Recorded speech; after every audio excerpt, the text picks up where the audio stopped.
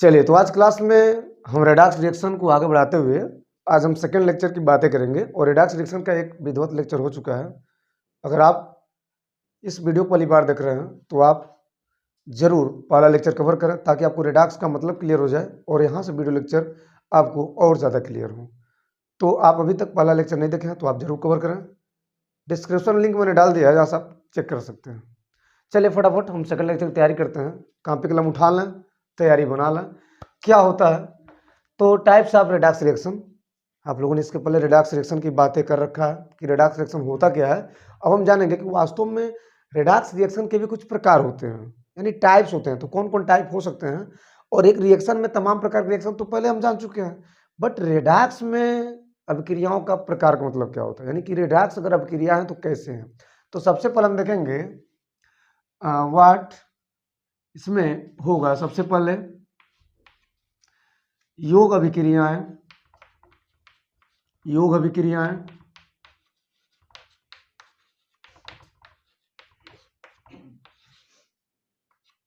Clear है, जिसे हम कहते हैं कॉम्बिनेशन या एडिशन बोल सकते हैं। Combination, combination reactions.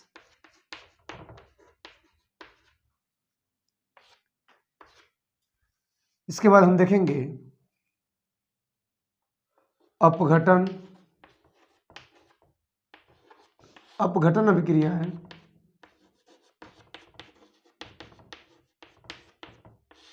जिसको बोल सकते हैं डिकम्पोजिशन,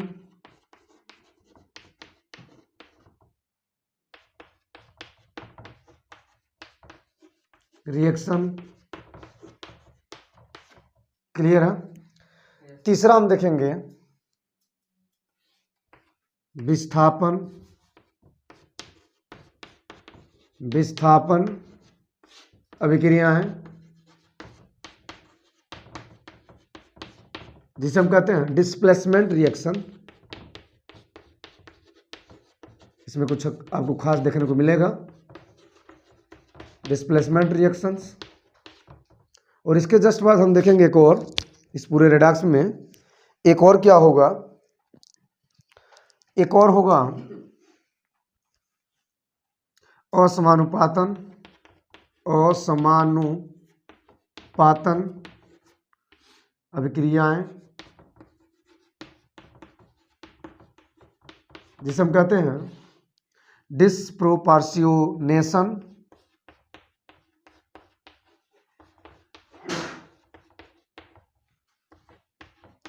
डिस्प्रोपोर्शनेशन रिएक्शंस। यस, तो ये वो रिएक्शन है जिनके बारे में यहाँ पे चर्चा करना है इस पूरे वीडियो लेक्चर में। तो इस वीडियो लेक्चर में हम ये जानेंगे कि वास्तव में ये अगर टाइप्स हैं, ये रेडॉक्स के प्रकार हैं, तो इनका वास्तव में मतलब क्या है। ठीक है, तो आइए हम एक एक करके क्रम से अध्ययन करते हैं। सबसे पहले हम क्या देखेंगे, योग अभिक्रिया है, दैट मीन्स कॉम्बिनेशन रिएक्शन या योगात्मक भी बोल सकते हैं। अपघटन अभिक्रिया है, जिसे हम वियोजन अभिक्रिया भी कह सकते हैं, दैट मीन्स डिकम्पोजिशन रिएक्शन। विस्थापन के बारे में आपने नाम सुना होगा, डिस्प्लेसमेंट रिएक्शन। यहाँ पे विस्थापन में लॉजिक ये देखना है कि दो तरह से विस्थापन होगा, एक मेटल वाला डिस्प्लेसमेंट, एक नॉन मेटल वाला डिस्प्लेसमेंट। उसके बाद हमको देखना है एक अलग प्रकार का ही रेडॉक्स रिएक्शन, जिसे हम कहते हैं असमानुपातन अभिक्रिया। ये थोड़ा सा आपके लिए नया है, तो आइए हम सबको एक साथ देखते हैं। और सबसे पहले हम हेडिंग लगाएंगे योग अभिक्रिया है, दैट मीन्स कॉम्बिनेशन रिएक्शन। तो फर्स्ट ऑफ ऑल योग अभिक्रिया क्या होता है हम फुल डिटेल देखेंगे। यस, चलिए, तो फर्स्ट ऑफ ऑल हम योग अभिक्रिया की बात करेंगे। तो यहाँ पे हेडिंग क्या लगाओगे, योग अभिक्रिया, योग अभिक्रिया, यहाँ शॉर्ट फॉर्म लिख देते हैं what, combination, combination reactions,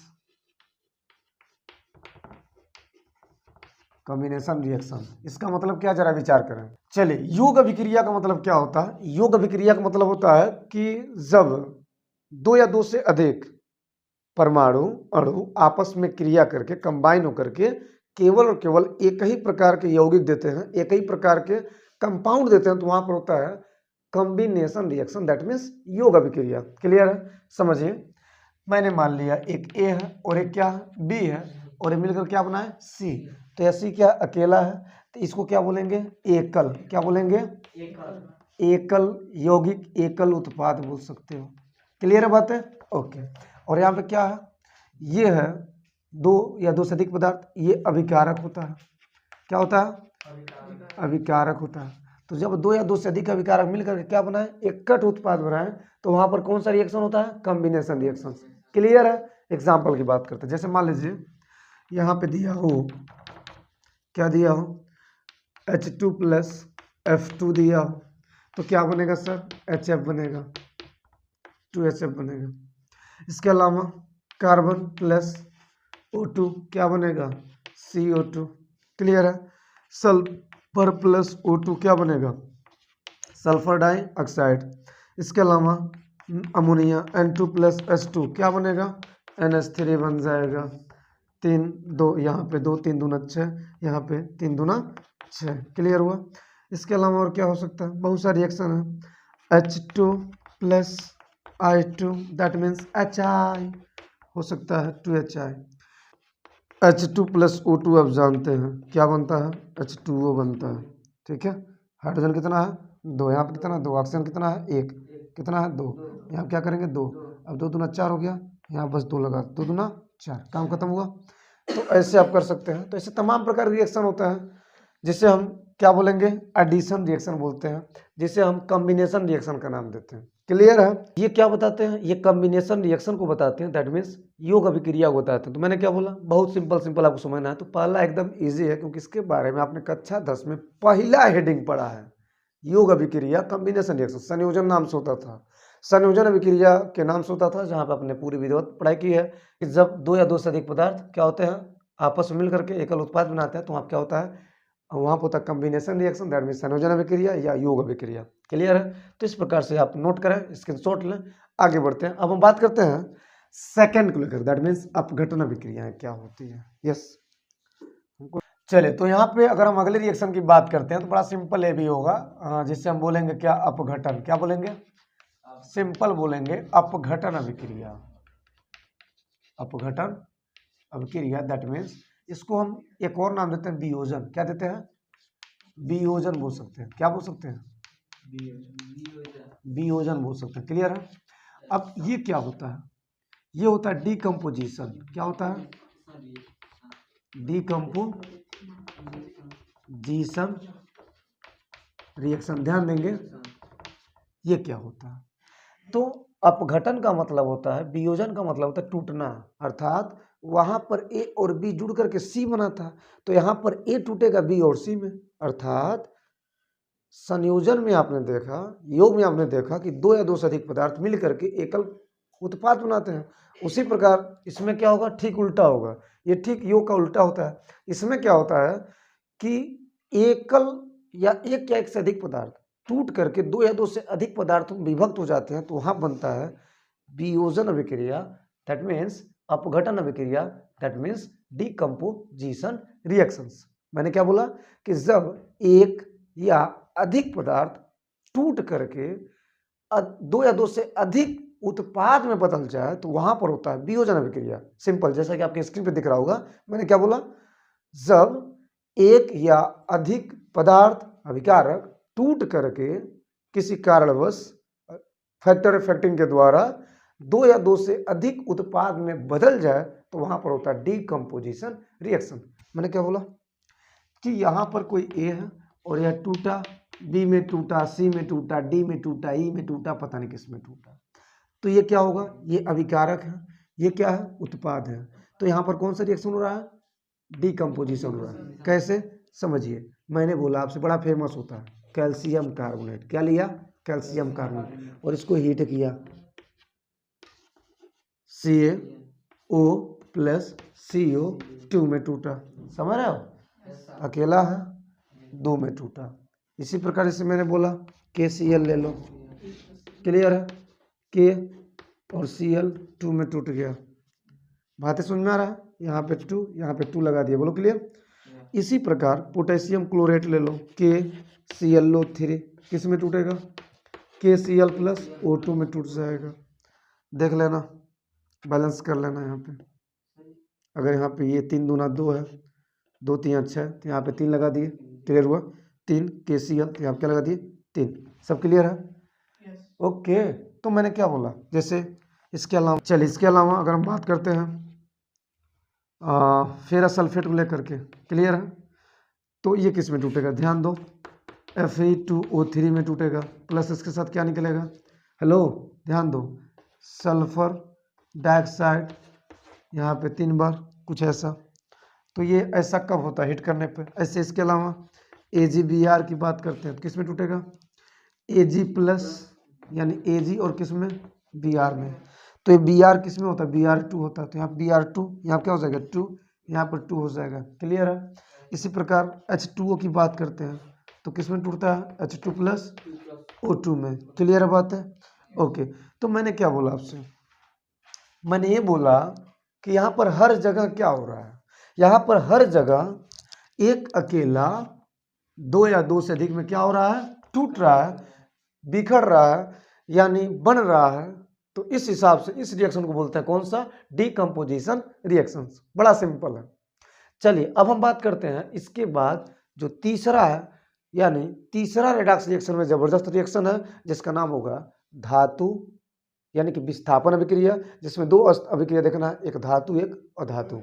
yes, तो हेडिंग लगाएं, डिस्प्लेसमेंट रिएक्शन। बहुत प्यारा सा रिएक्शन होता है, इसमें 2 तरह से रिएक्शन होता है, एक धातु के द्वारा एक अधातु। मतलब ये होगा साफ साफ कि पहले विस्थापन होता क्या है, तो विस्थापन में होता है कि एक धातु दूसरे धातु को उसके यौगिक से विस्थापित करती है। अर्थात ये बोल सकते हैं कि एक धातु दूसरे धातु को तभी विस्थापित कर पाएगी जब उससे ज्यादा वो एक्टिव रहेगी। यानी साफ सा मतलब है कि कोई अधिक क्रियाशील धातु अपने से कम क्रियाशील धातु को उसके यौगिक से विस्थापित कर देती है, तो इस प्रकार की अभिक्रिया बोलते हैं विस्थापन अभिक्रिया। क्या मैंने बोला, जब एक क्रियाशील धातु, दैट मीन्स यहाँ पे ले लिया X और यहाँ पे ले लिया Y के साथ Z, बात स्पष्ट है? और यहाँ पर रिएक्शन हो रहा है, तो मैंने आपसे ये बोला कि X ने Y को उठा करके फेंक दिया, सिंपल सी बात। तो जब X ने Y को उठाकर फेंक दिया तो क्या बना, X ने Y को उठा कर फेंक दिया तो Y बाहर हो गया, तो X Z एक में हो गया। हुआ कि नहीं हुआ? तो यहाँ पर यह जो धातु है, इस धातु को उसके यौगिक से हटा रहा है। यस, क्या कर रहा है, हटा रहा है। यानी यह अधिक क्रियाशील है, अपने से कम क्रियाशील को क्या कर रहा है, बाहर कर रहा है। तो इस प्रकार के रिएक्शन को बोलते हैं विस्थापन अभिक्रिया। क्या बोलेंगे, विस्थापन अभिक्रिया, that mean displacement reactions. Clear है? ओके। तो यहाँ पे समझना यह है कि यह जो विस्थापन अभिक्रिया होती है 2 तरह से होती है, पहला धातु, दूसरा अधातु। तो यहाँ लिखेंगे विस्थापन अभिक्रियाएं, विस्थापन अभिक्रियाएं सामान्यतः 2 प्रकार की होती हैं।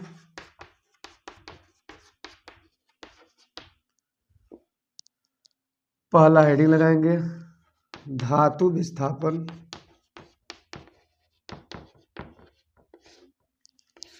धातु विस्थापन यानी कि मेटल डिस्प्लेसमेंट।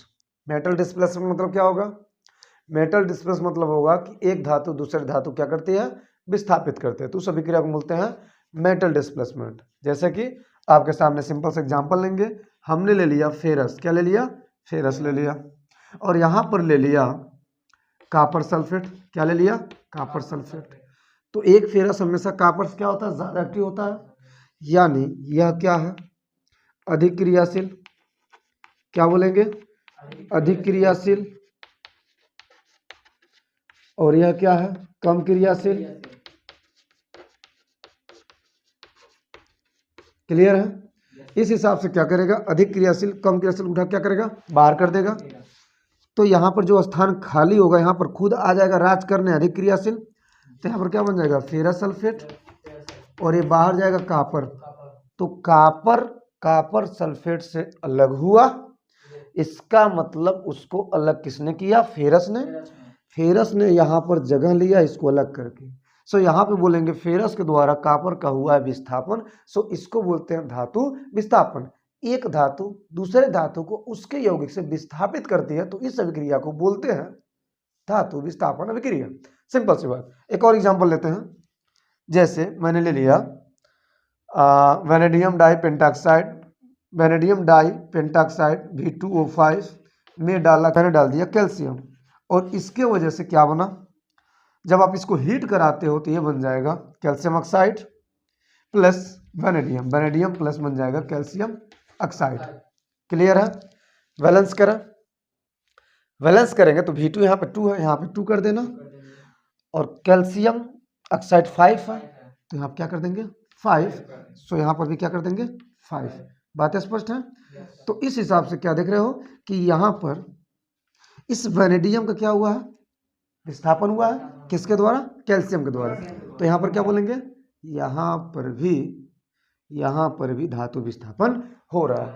अगर एक और एग्जांपल की बात करें तो क्या होगा, जैसे चलिए हम लेते हैं मैग्नीशियम, और इसके साथ लेते हैं ये TiCl4। क्लियर है? तो यहाँ पर क्या होगा, यहाँ पर मैग्नीशियम इसको हटाएगा, यस, तो Ti अलग होगा। तो जब Ti अलग होगा तो यहाँ पर क्या बनेगा, MgCl2। बात स्पष्ट है ना? क्या क्या हो रहा है, कैसे हो रहा है?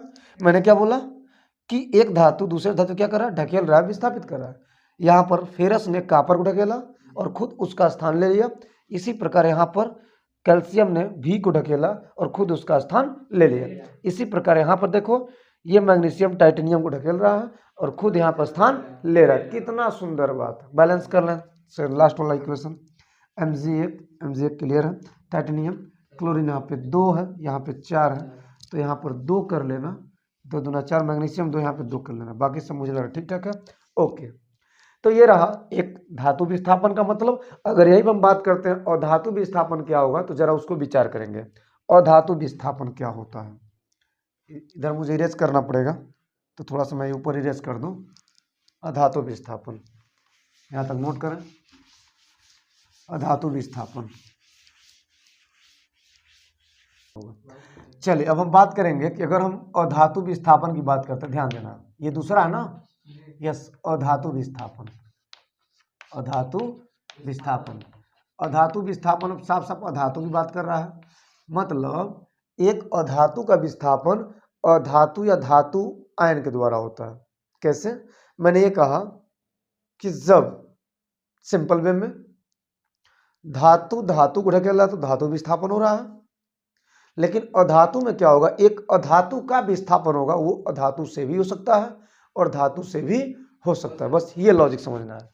तो अधातु विस्थापन होता है। अब अधातु विस्थापन में जैसे मैं एक प्यारा सा एग्जांपल ले रहा हूं, परिभाषा आपके सामने दिख रहा होगा स्क्रीन पे।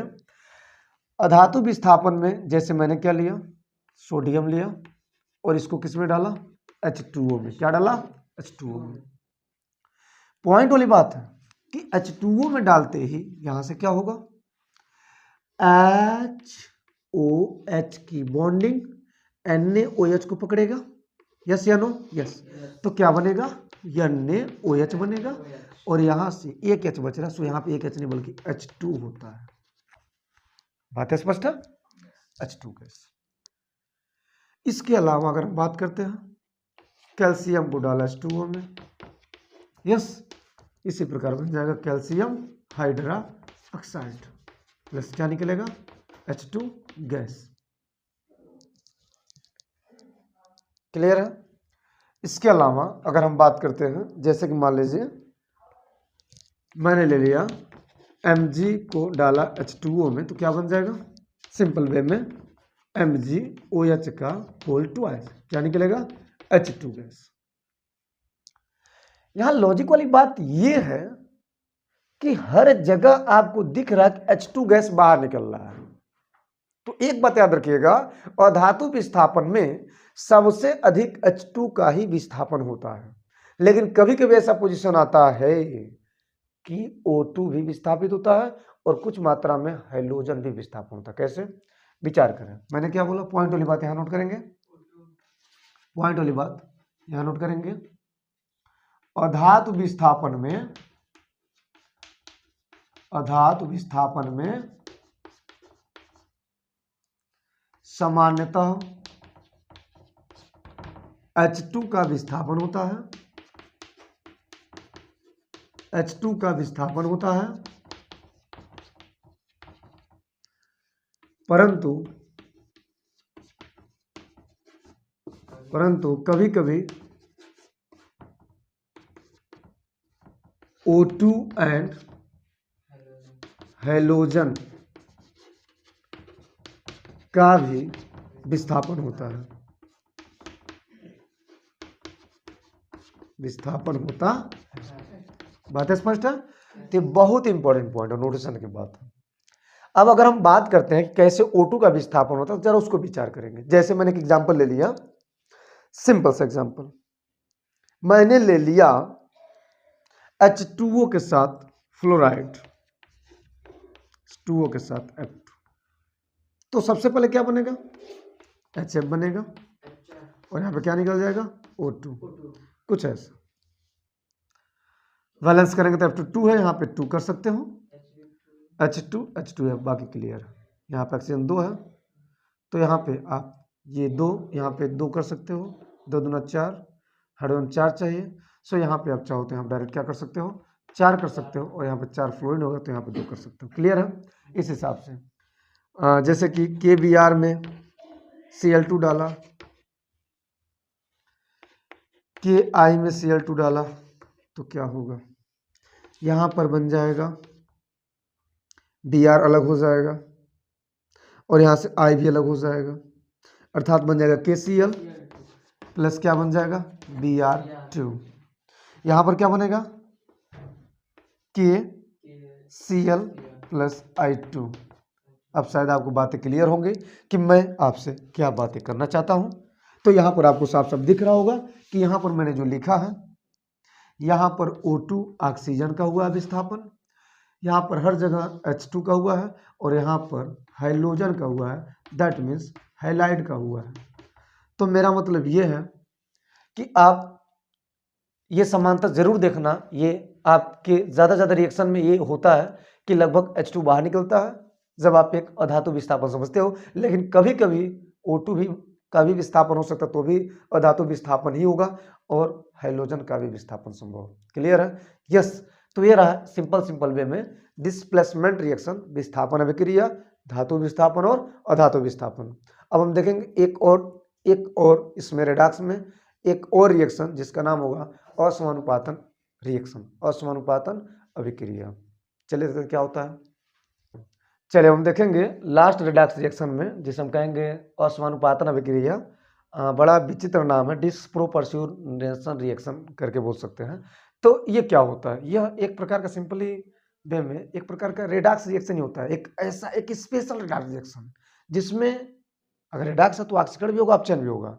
तो एक ऐसा रेडॉक्स, एक ऐसी विशेष प्रकार की रेडॉक्स अभिक्रिया जिसमें एक ही तत्व पर ऑक्सीकरण होता है और उसी तत्व पे अपचयन होता है। दो बातें, दो कलाकार का गुण एक कलाकार में, ऐसा आप समझिए। दो कलाकार का गुण एक कलाकार में, एक ही साथ ऑक्सीकरण होगा, एक ही साथ अपचयन होगा, लेकिन उसी का होगा, केवल एक ही का। मैंने क्या बोला?